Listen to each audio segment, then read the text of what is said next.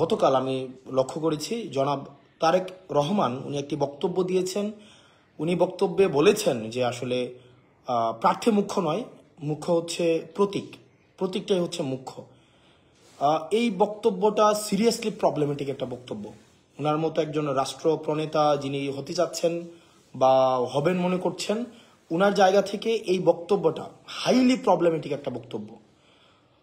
কারণ বলছি, এক নম্বর কারণ হচ্ছে যে একজন এমপি নাগরিক এবং রাষ্ট্রের মাঝে সেতুবন্ধনের কাজ করে।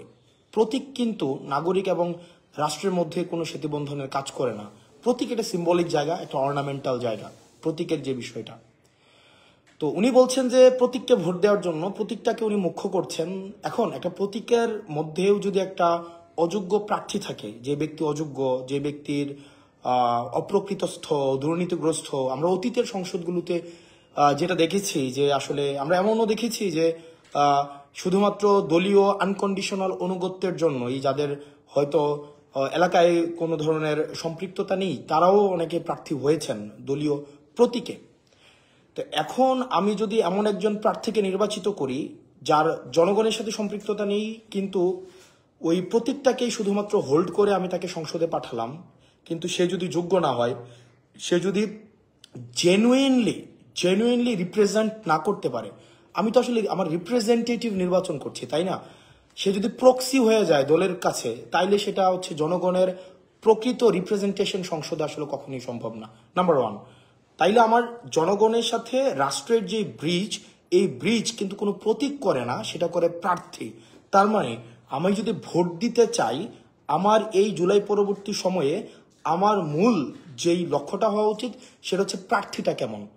একটা অপরিচিত প্রতীকের মধ্যেও যদি একজন যোগ্য প্রার্থী, যিনি রাষ্ট্রকে আসলে ধারণ করেন, জনগণকে ধারণ করেন, নাগরিককে ধারণ করেন, সে যদি যোগ্য হয়ে থাকে, মানুষ তাকেই চুজ করা উচিত। অন্যদিকে একটা প্রতীকের আন্ডারে যদি একজন অযোগ্য প্রার্থী হয়, যেই প্রার্থী জনগণকে প্রতিনিধিত্ব করেন না, দুর্নীতিগ্রস্ত, মার্কা যতই ভালো হোক না কেন, উনি জনগণকে কখনোই রিপ্রেজেন্ট করবেন না। সেই জায়গা থেকে জনাব তারেক রহমান যে বক্তব্যটা দিয়েছেন, প্রাইমারিলি সেটা প্রবলেমেটিক।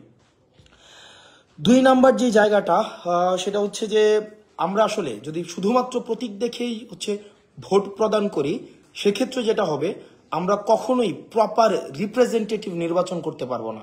আমরা যেটা নির্বাচন করব সেটা হচ্ছে প্রক্সি।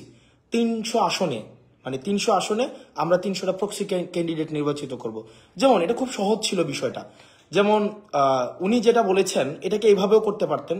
300 আসনে শুধু প্রতীকটা দিয়ে দিতে পারতেন, যে আপনারা প্রতীকে, যেটা পিআর সিস্টেমের কথা বলছেন, পিআর সিস্টেম, এটা হইলেই তো হইতো যে আপনি, আমি কিন্তু পিআর এর পক্ষে না, মানে উনার কথা অনুযায়ী উনি যেই সিস্টেমটার কথা বলছেন সেটা হচ্ছে অনেকটা এরকম যে আপনারা প্রতীককে ভোট দেন, প্রতীককে ভোট দিলে প্রতীকটা যদি নির্বাচিত হয়, তাহলে 300 আসনে আমি হচ্ছে পরবর্তীতে আমার নিজের মতো করে আমি প্রার্থী দিয়ে দিলাম। মানে এটা হইলেও কিন্তু হইতো।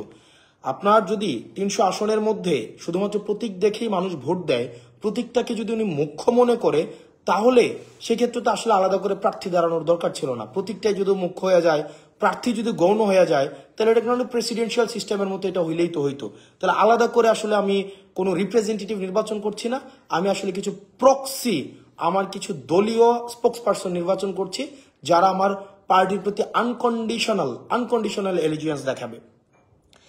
তারপরে যে বিষয়টা, আমরা 3 নম্বর বিষয় হচ্ছে, আমরা কিন্তু চেয়েছিলাম একটা রাষ্ট্রের হাইকমান্ডকেও, একটা দলের হাইকমান্ডকেও যেন হচ্ছে কি প্রশ্নের আওতায় নিয়ে আসা যায়। কিন্তু আমরা দেখলাম এখানে যেটা হচ্ছে যে হাইকমান্ড এখানে হচ্ছে প্রশ্নের মধ্যে আসছে না। হাইকমান্ড দিন শেষে যা বলবে তাই হবে। দিন শেষে হাইকমান্ড যদি বলে যে এই প্রতীকের আন্ডারে একজন অদক্ষ বা দক্ষ কাউকে নির্বাচন করেন, তাকেই নির্বাচন করবেন। এক্ষেত্রে হাইকমান্ডের যে আধিপত্য ভাঙা, একচেটিয়া হাইকমান্ডের আধিপত্য ভাঙা, মনোপলি যে তৈরি করে রাখা হয়, যেমন আমরা হাসিনার সময় দেখেছি, সবাই হচ্ছে হাসিনাকে রিপ্রেজেন্ট করে, জনগণকে রিপ্রেজেন্ট করে না। সবাই হচ্ছে হাসিনাপন্থী, কেউ জনগণপন্থী না। এখন আবার আমরা একটা স্ট্রাকচারের দিকে যেন না যাই, আমরা এই জায়গাটাও গুরুত্ব দিতে হবে। আমরা দেখলাম যে জিনিসটা, যেমন ধরেন প্রার্থী যদি গুরুত্বপূর্ণ না হইতো, আমার এলাকায় স্থানীয়ভাবে একটা প্রবলেম আছে, আমার স্থানীয়ভাবে আমার হচ্ছে অনেক ডোমেস্টিক প্রবলেম থাকে, প্রার্থী যদি মুখ্য না হয়, এই প্রবলেমটা সংসদে কে গিয়ে বলবে?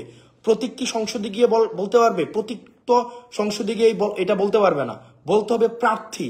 প্রার্থী ভয়েস আকারে সংসদে গিয়ে তার জনগণকে রিপ্রেজেন্ট করতে হবে। কিন্তু আনফর্চুনেটলি আমরা দেখলাম সেখানে প্রতীকে ফোকাস দেওয়ার মধ্য দিয়ে প্রার্থীর যে এজেন্সি, সেই এজেন্সিটাকে আসলে নাই করে দেওয়া হচ্ছে, যেটা সিরিয়াসলি প্রবলেমেটিক। এবং দিন শেষে আমি যদি ফোন দেই, প্রতীক কিন্তু আমার ফোন রিসিভ করবে না। জনগণ যখন আজকে একটা সমস্যায় পড়বে, স্থানীয়ভাবে অবকাঠামোগত সমস্যা, ইনফ্রাস্ট্রাকচারের যে প্রবলেম, এডুকেশনের প্রবলেম, হেলথের প্রবলেম, আমাদের পলিসিগত জায়গা থেকে যা সমস্যায় থাকুক না কেন, দিন শেষে আমি যখন কল দিব, কোনো প্রতীক কিন্তু আমার ফোনটা রিসিভ করবে না। ফোনটা রিসিভ কিন্তু আমার প্রার্থীকেই করতে হবে, প্রার্থীকেই এসেই কিন্তু সমস্যার সমাধান করতে হবে। তাহলে যদি প্রার্থী যোগ্য না হয়ে থাকে, তাহলে কিভাবে প্রার্থী আমার সংসদে প্রতিনিধিত্ব করবে? এই ব্যাপারটা আসলে প্রবলেমেটিক। দিন শেষে আমরা চেয়েছিলাম সংসদে 70 অনুচ্ছেদের মানে সংস্কার ঘটুক, অর্থাৎ দলের প্রতি যে একটা আনকন্ডিশনাল একটা সমর্থন থাকে, দলের প্রতি দল যে সিদ্ধান্ত নেয়, সেই সিদ্ধান্তে আমরা কখনোই দেখা যায় দলীয় যারা আছে তারা কখনোই বিরোধিতা জানাতে পারে না। তো তারেক রহমান আজকে যে বক্তব্যটা দিয়েছেন, গতকাল যে বক্তব্যটা দিয়েছেন যে প্রতীকী মুখ্য, প্রার্থী মুখ্য না, এটার মধ্য দিয়ে এটাই স্পষ্ট হয় যে উনি 70 অনুচ্ছেদ থেকে আসলে বের হইতে চান না। অর্থাৎ উনার যেই এমপিরা নির্বাচিত হবে, উনার আন্ডারে যে এমপিরা নির্বাচিত হবে, আনকন্ডিশনালি উনাকে সাপোর্ট করবেন। যে ডিসিশনই হোক না কেন, আনকন্ডিশনাল ওনাকে সাপোর্ট করবেন। ইন্টারনাল যে ডেমোক্রেসি থাকে, পার্টির ইন্টারনাল যে ডেমোক্রেসি, সেই ডেমোক্রেসিও কখনো সংগঠিত হবে না। আপনার একটা দলে যদি ডেমোক্রেসি না থাকে, সেই ডেমোক্রেসি কখনোই রাষ্ট্র আকারে কখনো রিফ্লেক্টেড হবে না। তো তার মানে গতকালের যে বক্তব্যটা উনি দিয়েছেন, ওনার জায়গা থেকে আমাদের প্রত্যাশা অনেক বেশি যে ওনার যে বক্তব্য যে প্রার্থী মুখ্য না, মুখ্য হচ্ছে প্রতীক, এটা হাইলি সিরিয়াসলি প্রবলেমেটিক এবং ভবিষ্যতের জন্য এটা একটা আশঙ্কাজনক। যে আমরা কি আসলে আবার একটা এককেন্দ্রিক শাসন ব্যবস্থার দিকে যাচ্ছি, যেখানে হাইকমান্ডই হচ্ছে সর্বসর্বা হয়ে উঠবে? হাইকমান্ডকে কখনো কোনো প্রশ্ন করা যাবে না। হাইকমান্ড দিন শেষে যে সিদ্ধান্ত দিবে, সেই সিদ্ধান্তটাকে মেনে নিতে হবে।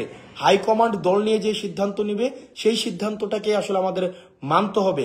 দিন শেষে যদি প্রার্থীর যদি এজেন্সি না থাকে, সেই প্রার্থী কখনোই ওই ডোমেস্টিক পলিসির রিপ্রেজেন্টেশন কখনোই সংসদে গিয়ে করতে পারবে না। সেজন্য নির্বাচনের জন্য প্রতীক যেমন গুরুত্বপূর্ণ, একই সাথে সাথে প্রার্থী হিমসেলফ ইজ ভেরি ইম্পর্টেন্ট। কারণ প্রার্থী কোনো অ্যাবস্ট্রাক্ট বিষয় না, প্রার্থী হচ্ছে খুবই ভিজিবল একটা বিষয়। একটা চোর বাটপার, একটা দুর্নীতিগ্রস্ত মানুষ একটা দলের একটা প্রতীকে নিয়ে আসলে মানুষ শুধুমাত্র প্রতীকটা দেখেই ভোট দেওয়া উচিত না, বরং প্রার্থীর ব্যক্তিগত সক্ষমতা, ব্যক্তিগত দেশপ্রেম, ব্যক্তিগত যোগ্যতা, ব্যক্তিগত সামর্থ্য, ব্যক্তিগত পলিসি মেকিং এর ক্যাপাসিটি দেখেই ভোট দেওয়া উচিত। সেজন্য আমরা সারা বাংলাদেশে সবাইকে আহ্বান জানাবো, শুধুমাত্র মার্কা নয়, আবার শুধুমাত্র প্রার্থী নয়, একটা ভালো মার্কা এবং একটা ভালো প্রার্থী, দুইটার সমন্বয়ে আপনার ভোট, যাকে ইচ্ছা আপনি তাকে ভোট দেন, কিন্তু প্রার্থী দিন শেষে আপনার প্রতিনিধিত্ব করবে, মার্কা সংসদে আপনার প্রতিনিধিত্ব করবে না।